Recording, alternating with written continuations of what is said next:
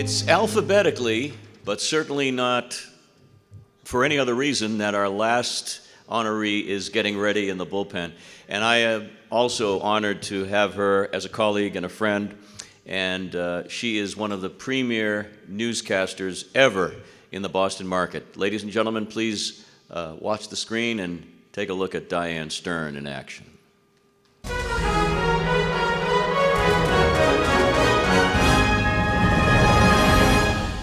WBZ News Time 3:45, and now sports with Tom Cuddy and the last of the series tonight. No, the middle game. What? It's the middle game? Uh-oh, I'm not keeping tabs. Wow. Don't tell my baseball fanatic husband. And now some not-so-new news of my own. After 40 years in Boston radio, mostly at WBZ, it's time to hang up the headphones. Many thanks, of course, to our WBZ listeners, and that would be you. It's been a privilege. Smile for me,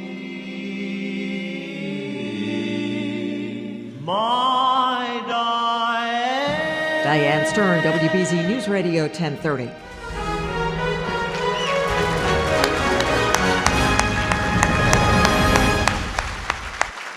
And because today has been dubbed Family Day here, it's sort of a blend of families, we have the honor of inviting a family member up to introduce Diane. He's very close to her. He's her husband, Neil Ungerleider. Neil, come on up here and do your husbandly duties.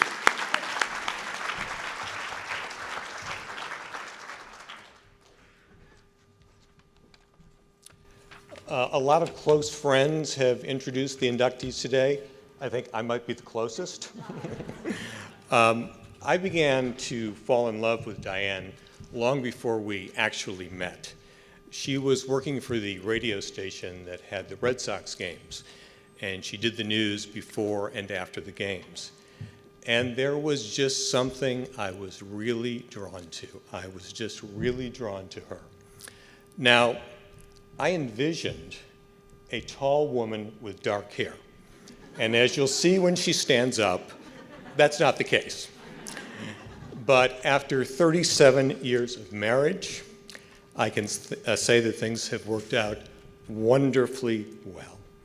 I am very lucky. While we both worked in broadcasting, I think that Diane asked me to introduce her today to tell you about a different side of her. For as much professionalism and perfection as she brought to her work at WBZ Radio, when her shift was over, she checked that fame thing, if she ever thought about it at all, and I don't think she did, at the studio door. And when she came home, she was and is a wonderful mother to our daughter. She's a woman who makes curtains for friends that she has literally had since kindergarten. And she's a volunteer who teaches English to immigrants. That is the Diane Stern that I know. But we're here today to honor Diane for her professional achievements. Over a 40-year career with her steady presence, she guided listeners through natural disasters, unimaginable sorrow, and fortunately, unbridled joy. As a former colleague wrote on Facebook this morning, Diane's a rare combination of journalistic instincts and real-deal empathy for newsmakers and colleagues alike. She's the real deal. That leads me to another part of the reason I think we're honoring Diane today. To me, it is Diane as a role model. When she began in Boston radio in the 1970s, you could count on one hand, perhaps even 2 or 3 fingers, the number of women doing news on the radio in Boston. And in the less enlightened decades of the 1970s and 1980s, that wasn't always easy. But she persisted, and she created a path for others to follow.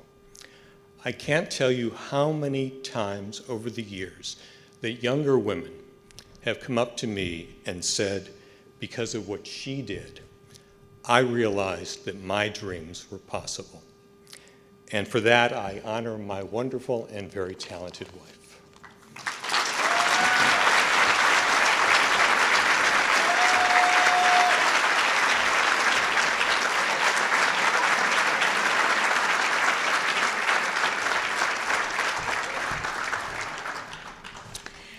Are you ready to take a trip back in time? Circa 1955, 56. Let me prepare this for you guys. Dateline, Marblehead, Massachusetts.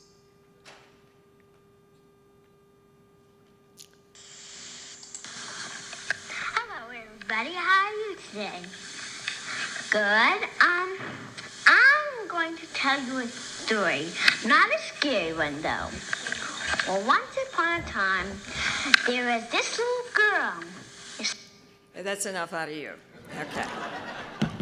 So 60 years later, and virtually nothing has changed.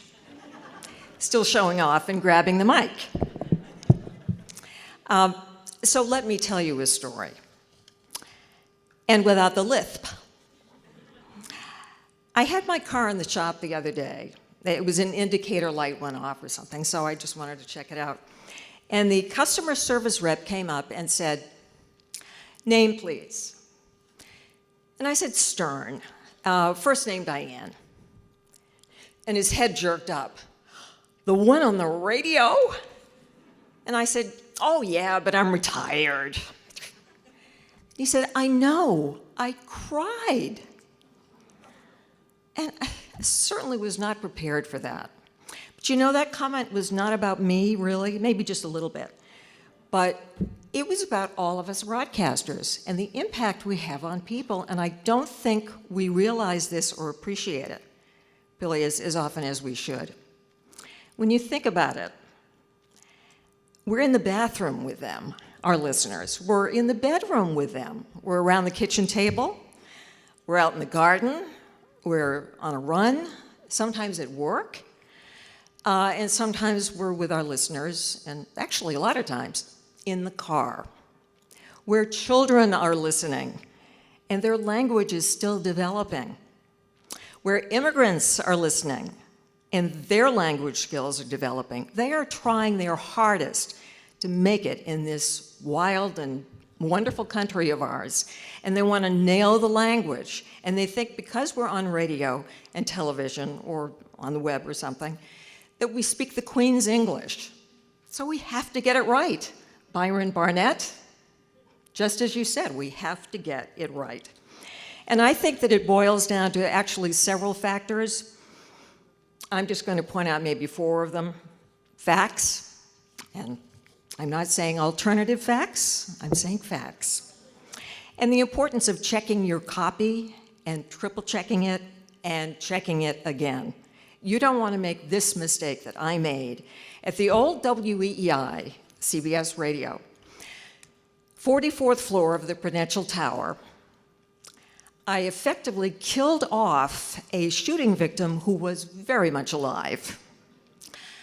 The engineer behind the glass, and of course this is the day when engineers controlled everything. We had a microphone switch as anchors, but that's all we had. We didn't have the control over what we say like we do now. We do everything. My engineer is gesticulating wildly behind the glass. He's not dead. So I had to go back on the air and revive this poor shooting victim, who was indeed very much alive, and eat a very large slice of humble pie. It's never a good experience, the importance of checking and double-checking your copy. Grammar, yes, it still matters, and remember, it's none of them was, not none of them were, just saying. Gender neutrality, okay. How many times do you hear the female pilot, the female driver? Folks, women make up more than 50% of the population. Why wouldn't it be a woman? Okay? Boy, that felt good. Okay. Tone. You have to set the right tone. And if you can hit that sweet spot, more power to you, because it takes time to get a balance. You can be compelling without being overly dramatic. You can be compassionate, I think, without being saccharine. And you can be authoritative without sounding like a total stiff. But this is how you do it, or this is how I tried to do it. I listened to a broadcaster I really admired. Rita Sands, CBS News, New York. I don't know if that name rings a bell, but she was wonderful. She had the diction, she had the pipes, she had the intelligence, the warmth. She was wonderful. She was a great role model, and that was very helpful to me through the years. So obviously, these are tips for new broadcasters, because you veterans, you don't need to listen to this. You just play with your iPhones or something. You can turn aside, but that's fine. Another tip for newbies, find yourself a newsroom filled with collaborative, helpful, understanding people. They're sitting right here, my WBZ colleagues and my bosses too. Thanks for the understanding over the years to my bosses, Mark Hannon and Peter Casey, and Bill Flaherty and John McClain. They know that broadcasters are people, they have personal lives, and sometimes they just can't be at work, and I really appreciate that. Thank you to my friends at WBZ. You know, right to the day that I retired, which was last November, I would become so nervous before that first newscast of the day, and we're talking 40 years. That time, right before a newscast, I was a nervous wreck. And if I hadn't finished writing something, or if I hadn't finished editing tape, my colleagues would just jump in and finish it for me, sometimes without asking. So thank you for saving my butt. And, you know, I think we pulled it off. The listeners were none the wiser. So thank you so much. I would also like, Neil, you may want to cover your ears for this. No? Oh, okay. All right. I would like to thank my ex-boyfriend, who encouraged me, convinced me to stick with my first radio job, which was selling airtime for a 500-watt, not 50,000, 500-watt radio station that no one in the community had heard of. And because the signal was so weak, no one had ever heard. So thanks to him. I would also like to thank my hysterically funny brother and brother-in-law, my always thoughtful sister, and my in-laws, who made it possible for me to go back to work because they provided quality, loving family daycare for our beautiful daughter, Sarah Ungerleiter. Sarah, I'm going to ask you to stand up. I know you're going to hate me for asking you, but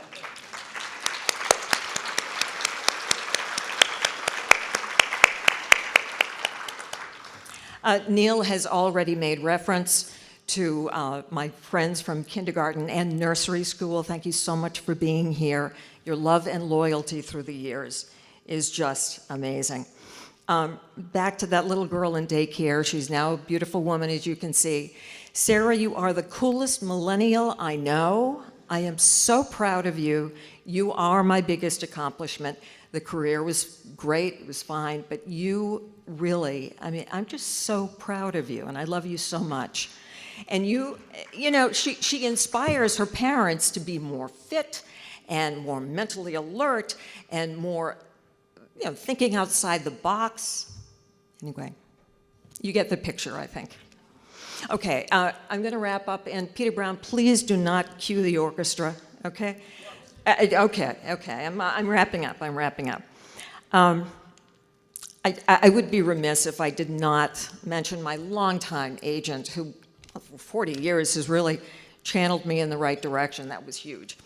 I'd also like to thank my life coach through the years. That's been so helpful. I do want to thank my financial advisor. I'd also like to thank my housekeeper.